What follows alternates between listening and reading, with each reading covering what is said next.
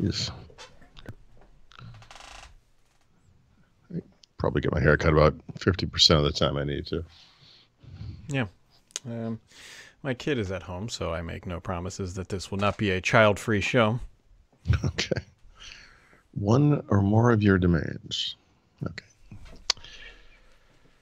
Blah, blah, blah, blah. I don't know what that was.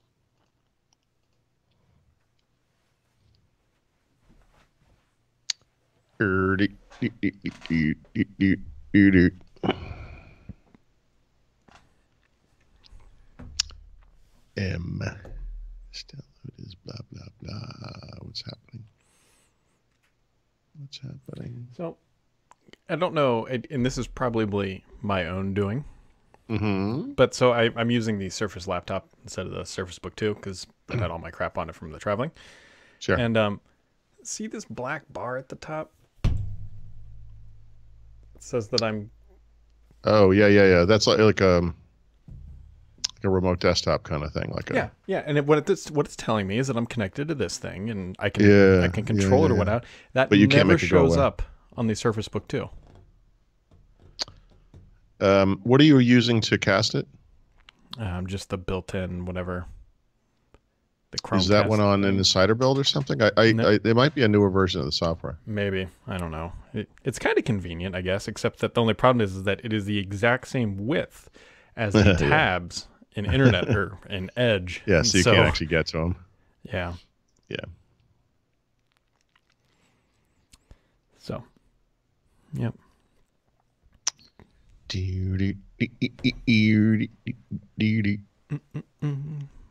Got my new mic. Well, not this one, but it was funny. So I got back from New York and Yeah. had a couple calls, and everyone's like, "You sound really bad." I'm like, "Well, Mm. thanks for that. Appreciate it." But I did Windows Weekly, same thing. The first thing that came out of my mouth, I was like, I got to stop smoking cigars. What's going on with my voice? Well, mine's a little different. It's because I took all my microphones to New York and left them there. Oh, Again, that oh, was so using the webcam mics.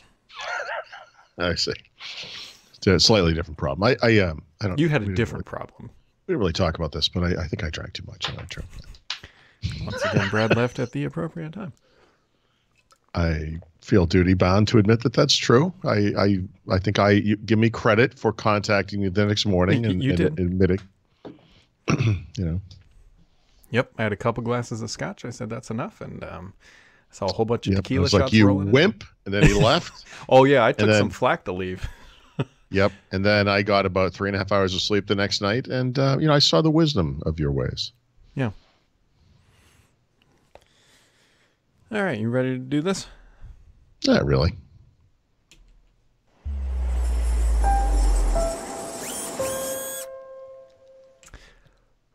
Hello, everybody, and welcome back to First String Daily Live, where it's Friday. And Paul, do you know what we're doing in June? Because you didn't even know I was going to do this. Jeez. No. What are we doing in June? We are going to go to Washington, D.C. for Shift Happens conference. So you can actually find out more at shifthappenscon.com. It's a digital transformation conference. I will be there. Paul will be there. Mary Jo will be there. Dux, if you're familiar with him, who does a podcast with me over on the Petru side, he will be there. There's going to be interviews. There's going to be podcasting. There's going to be a good time. Yeah, I'm going to stay for a couple of extra days. I love DC. DC's. I'm Yeah. quite literally bringing my entire family. Yeah. I'm going to bring my wife, but I guess technically the dog's not coming. The dog. We don't actually know what's going to happen with the dog. This is a fun one because I'm going on vacation the week before, and my in-laws are coming for some reason. And gosh, that is not a vacation. You need to look up the definition of that term, by the way. there will be a bottle of scotch with me approximately the entire time we are on the beach. But I don't know what we're going to do with the dog yet because the people who usually watch our dog burnt their house down. And yeah. Yeah, I mean, we put our dog in a kennel thing for like 3 weeks. Obviously an option, but which is a long time. We were kind of hoping we'd come back, and she just, may have passed on. But wow. Anyway, wow. I kid. I love that animal. Sort of. Yeah, I love Every it. day, every time I get off the couch, I have the same conversation with the dog because the dog's laying there. She looks up. She looks up at me. She makes what she's making sure is that I'm not going to step on her when I get off the couch. And every time I say, Daisy, I'm not going to step on you. I would never step on you.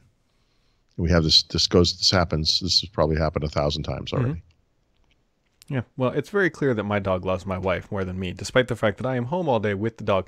I get the dog food, I get the dog water, I take him out multiple times per day. But when my wife comes through that door, it's like, who are you? Like, it's like, I'm just nothing. My dog ignores me when I'm the only one home. Well, you never see the dog. I try to ignore you. Right. I mean, you can understand that. You're right. But when my wife or my daughter come home, it is a 3-alarm fire of excitement. And suddenly the dog's about. You never see her, but it's okay. I prefer it that way. Yeah. Speaking of jokes that aren't involving your dog dying, apparently Microsoft has sent out an email that says, hey, we're not going to do any jokes, so please don't. I support this. I do too, because if you're not familiar, April 1st starts next week, which means, well, you shouldn't really believe anything you read on the internet anyways, but especially on that day, if it's too good to be true. Yeah. It is. Yeah. I look, we screw around as much as anybody, maybe more than most people. I would say more. I would say more. Okay, fair enough. I was just trying to level set it. But obviously we have a sense of humor, right? The two of us, and we'd like to have fun, and we go out, we do stuff, and whatever. But yeah, this April Fool's stuff is just stupidity. And Google's famous for this. Like, guys, seriously, you're not that quirky, you're not that fun. It's ridiculous. And so Chris Capicella sent out a menu. Yeah, and I ordered the fries and the steak. No, he has sent out a memo.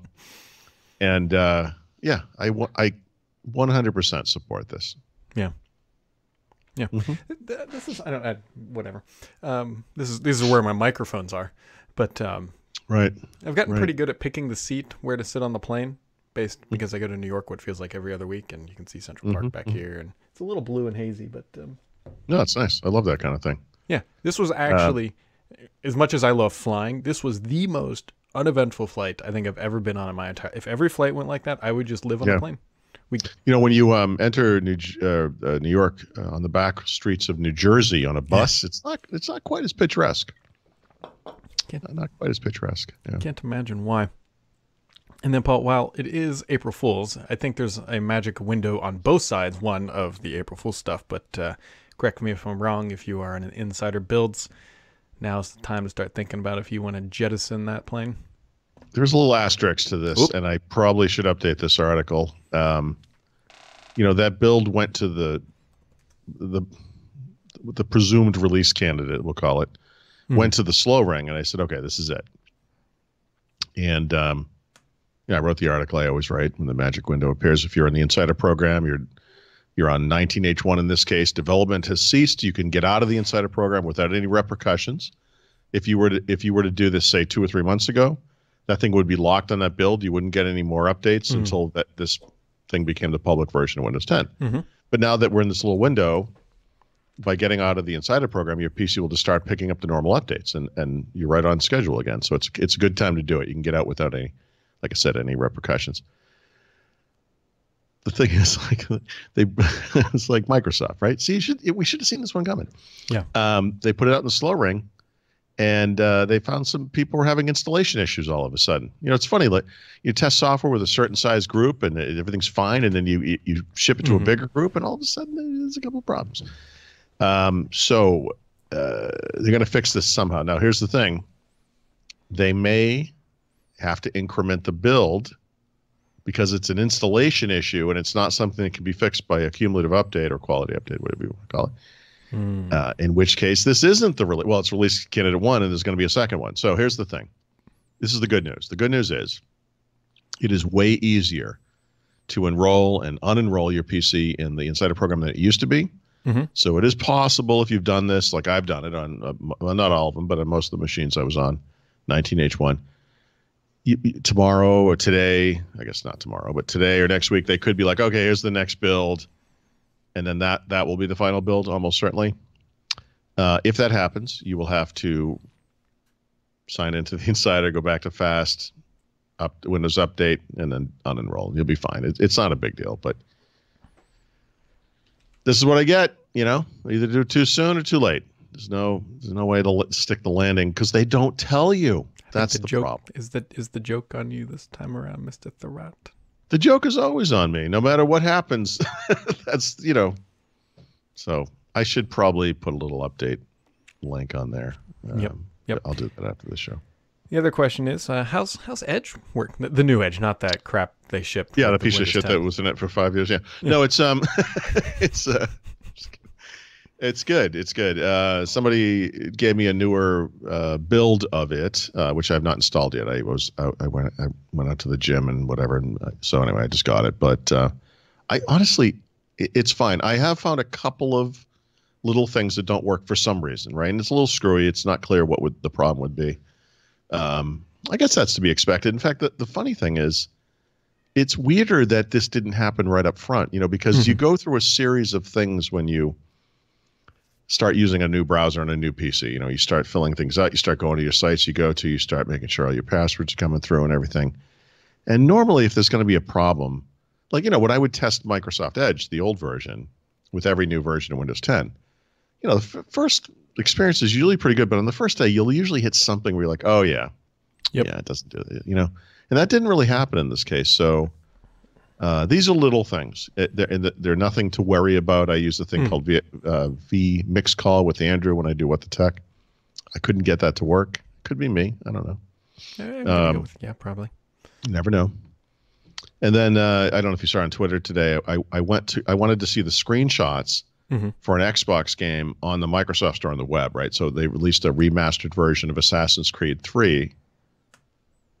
That sounded weird as I said it.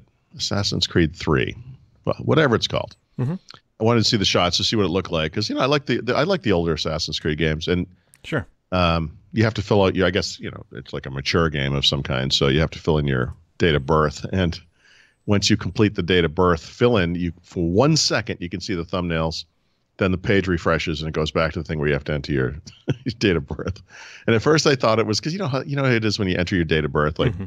You leave the month and the year alone, the day alone, but you scroll through the year until you find one that's at least 21 years ago. Yep. And then you just nail it. And so maybe it had some logic where it's like, if this is January 1, A lot of people born then. So I actually went through it, and one time I'm like, I'm going to put my date of birth in there. Yeah, it still didn't work. Yeah. The kind of interesting thing to think is, so they announced this in, December, roughly? Right around that. That they were going to. Maybe November. Yeah, I don't remember, but yeah. And how feature complete it is already. Well, granted, that's on the backs of somebody else, but yeah. So it's funny, they've inserted some Microsoft stuff in there. The spacing and iconography, or whatever the word, iconography of the menus is very Edge-like, Microsoft style, which is good. If you're an Edge fan and an Edge user today, there are things missing from that browser, right? So the tab management features aren't there. The reading mode is not there. The ebook store stuff is not there. Yeah. So I don't know what the plan is for that. It's completely reasonable for a first pre-release version not to have stuff like that. Completely. I mean, the existing Edge is in market. It's going to stay there. You can use it for that stuff. There is some humor. I've not actually seen this myself because I've never, had the old version of Edge as my default browser, but I've been told multiple times that if you switch your default browser from Edge to Edge, it actually gives you a warning to please stay with Edge. Yeah. Which is obviously funny for all the right reasons. But yeah, it's fine. It's past a bar. I will say, for example, I test browsers all the time. New version of Firefox comes out. I always take a look at it. New version of Opera, Brave, whatever. When you think about Chromium-based web browsers, it's the type of thing that should be fine, but there's always something, where you're like, I don't know. And I haven't run into that with this. Nope. And that is pretty impressive. I mean, I can't try to keep this a secret, Brad, but I can be pretty critical. And I never. No, I know. No, people don't think that when they think me, but, I don't have a problem with this. It works well. That's good. Yeah, maybe they should just scrap all of Windows and go Linux route, and then Jeez. Is this thing? Oh, they never said Linux, right? But they are going to put it on the Mac, didn't they? pretty say sure. that? Yeah, I mean it's coming to Yeah, everything, yeah. so it's. I would imagine it would come to Linux. I would think. I cracked open the MacBook Air last night because I was worried about the keyboard. Hmm. You know, so far so good. And it was kind of interesting because I used Chrome, of course, on the Mac as well, or as I did on Windows. And when Chrome kind of came up, I was like, oh yeah. And then I was like, can I get Edge on this thing? Like, no, I can't, not yet. Well, I think here we can answer this question: is Chrome on Linux? No, Isn't it? I thought it was. no, you have to get Chromium on Linux. Oh, it's Chromium. Well, Yeah, it's the same thing. Yeah, different that color would, icon. yeah. No, but there's no reason they couldn't do it. Linux is a bit of a mess because there's no such thing as on Linux, right? There's different versions of Linux. Like you have to make different package types. And no, I mean, just from I didn't mean Linux is a mess. I mean, like from the perspective of a company like Microsoft that you're not releasing a version of Edge for Linux. Unfortunately, you'd probably have to maintain, I don't know, 2 or 3. I don't even know if it's code bases. It might just be literally the packaging systems they use. I feel like I'm using the wrong term here. Packages? I think they're called packages, like app packages. Mm-hmm. Doesn't matter. We don't cover Linux. Who cares? Tar files, all that good stuff. Tar files, yes. GZs. Yep. I don't know. Yep. You know what? The one thing I wish they would do, and they could very easily do this, and this would make, I think, a lot of people feel maybe warm and fuzzy inside. Is so clearly there's a sync mechanism, right, to go between all that, and Microsoft is using something to sync all that, right? It's probably their infrastructure. Obviously, we know that. But you know what I would love is every time. So when you sign up for a Microsoft account, you automatically get OneDrive. That just is one of those things. What would be nice is if there would be a folder that popped up and just said whatever Edge Sync, and that way you could control your data. Oh, Brad, you are. I know you are so naive. It'd be nice. So back in the day, maybe you're thinking of this and you don't realize it, but you used to sync your IE favorites that way. Remember? Yep. There was it might even still be there. Oh my God, let me look at it before I say this. If you go into your user profile in Windows, and there is a folder called favorites. Yeah, of course it's still there, and it's full of stuff. Look at that. Actually, is that the way Edge does it now? See, I don't use Edge. It might be. It might be. I don't know. It's full of stuff. Yeah, maybe that is how they do it. So that's how they do it for they call it favorites. Yes, bookmarks on or whatever. Edge. Yeah, bookmarks everywhere else on the planet Earth, but Microsoft uses favorites. Just sorry. I don't know. Yeah, and then I wrote up my 3,200 words of. Yeah. I didn't look at. See, I saw that. Sorry, I was so busy all right. today. Go. Just scroll to the bottom when we can fight about I want to see your. I want to see your letter grades. I assume you gave letter grades. I did. I think we felt like we. But talked people about tied because it's kind of. What's that? There's a tie. Well, I mean, it's not like tie, but I mean, if you look at things like cloud infrastructure, for example, I would say that Amazon and Microsoft both have class-leading infrastructure, right? They're basically the same in terms of functionality and availability. One is not implicitly better than the other. They're both going to be great experiences. That is one example of. Sorry, this is taking so long. I had to actually sign in on my own website, and it took a little while because I'm using. All right. So this is. I like the way this is laid out. By the way, it's good. A lot of words there. I was going to say, look at you. Jeez. All right, scorecard. Amazon, Amazon, Microsoft both get an A on cloud technology. I agree with that. Sony, Google, yeah, I think this is just about right. Yeah. Yeah. Fan base, A, and yep, I agree with those. Microsoft B, yeah, Google. Is D the lowest grade? Because that would be D is the Google. lowest grade. I didn't feel like anybody deserved an F. Yep, no, I agree with that. IP, and this is meaning like first party titles and unique to the platform type titles. Is that right? Yeah. Right. Yeah. Wait, say that again, sorry. IP is games. Okay. Yeah. Yeah. Nintendo and Sony obviously get an A. Apple gets a C. Google gets a D, and Amazon gets a C, and Microsoft gets a B. I think people might argue with you on the B. I agree with that personally. I think that's where they are. So I bet a lot of people who complain about the Xbox would give that one a C or even a D. But I think I agree with that. services, and these are gaming specific services that exist today. Yeah. So yeah, Microsoft and Sony A, absolutely. I wouldn't give Nintendo a D, but I see why you went in that direction. Don't they have an online service? Don't they? Do. Don't they backwards compatible stuff and yeah, sort of. It's not okay. It's not great. Okay. And then Apple obviously has a Game Center thing, but nobody uses it, and it's terrible. That's exactly what I wrote in there, is that Apple has an online Game Center platform, but most people just turn it off. Yeah, you may be surprised to discover that Apple has it. Yeah, okay. Amazon B. Yep, I agree with that. And hardware, yes. Amazon D. Google. Now, how does Google even get C? Is it because of phones? They're going to have the controller, so they at least have something. Okay.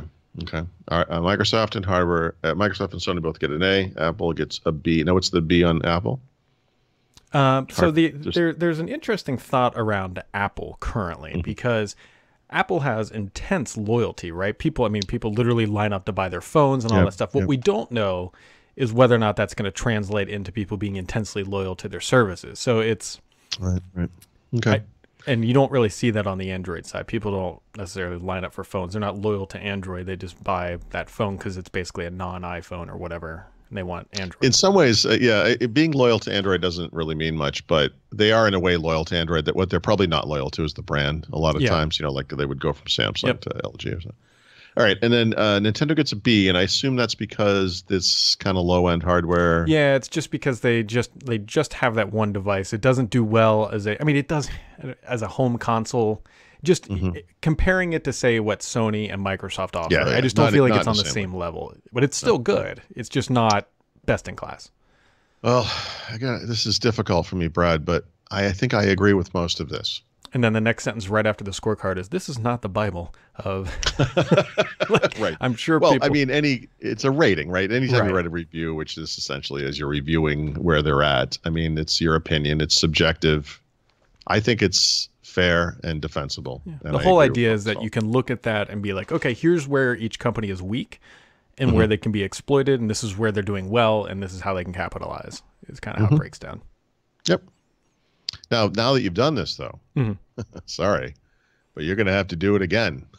Because, I thought about that, but the question is when. I guess probably you can't do it every quarter because it doesn't change that enough. At least maybe once a year is at least doable.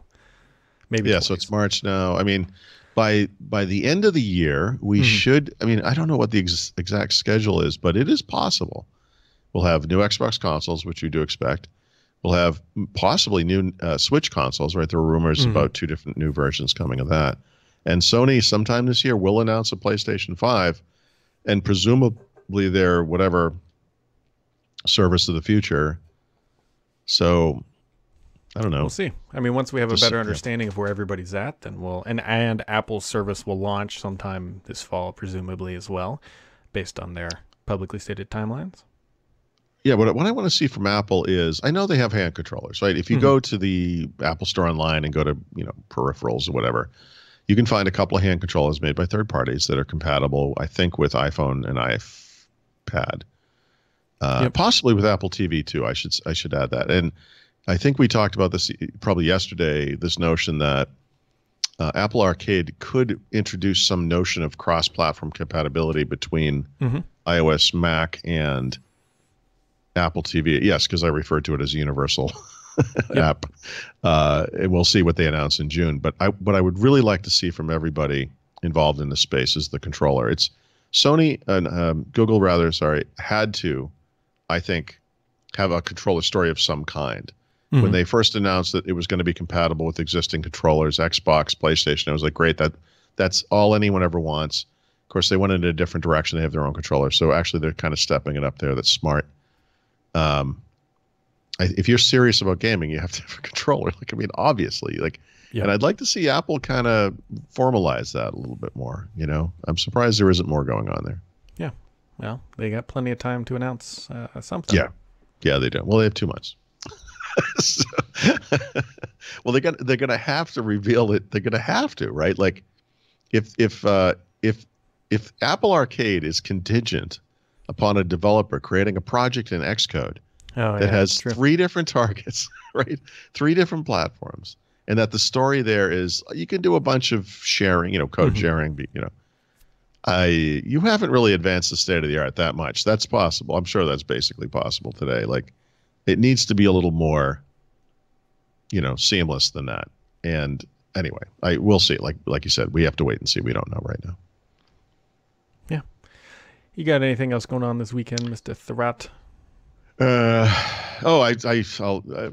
will provide you an update on my daughter's car, which was totaled. Oh, really? It was totaled. But here's how totaled works. See, everyone has a problem with this math because the cost of the parts to replace the parts that were broken exceeds the total value of her car. Because you can't take her car apart and sell the parts as if they're new. They're 12 years old.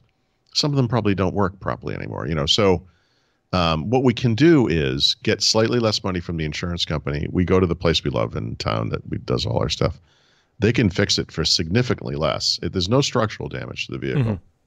So we're just basically replacing the front bumper, literally the internal bumper, the actual bumper, plus the cover, the quarter panel, I guess we'll call it. I think it's a quarter panel in the front as well.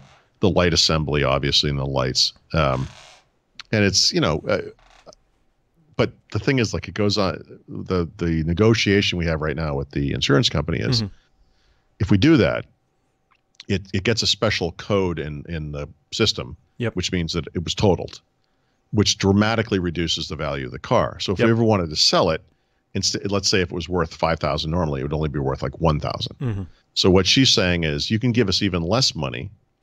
We're gonna, and we can. There's a thing you can do in the state where the state inspector comes down and ensures the work was done properly, and the car does not have to be tagged as having been totaled because it's perfectly fine.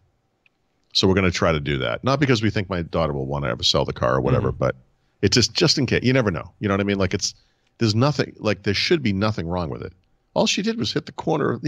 She from a stop went forward and hit another car. She wasn't driving even 10 miles an hour, Yeah, it didn't look bad at all. Well, actually, in person it looks pretty bad, but but you can, because you can see inside, you can tell, like, I know the structure of this vehicle is fine. Like, plus the speed's involved. My God, it's just because she did it right on the corner. So the thing just crumpled up, like, and it's, it's like the hood, the quarter panel, the bumper cover, the assembly of the light. You got to make sure with the hood, everything lines up, obviously. It was kind of a bad spot to have hit.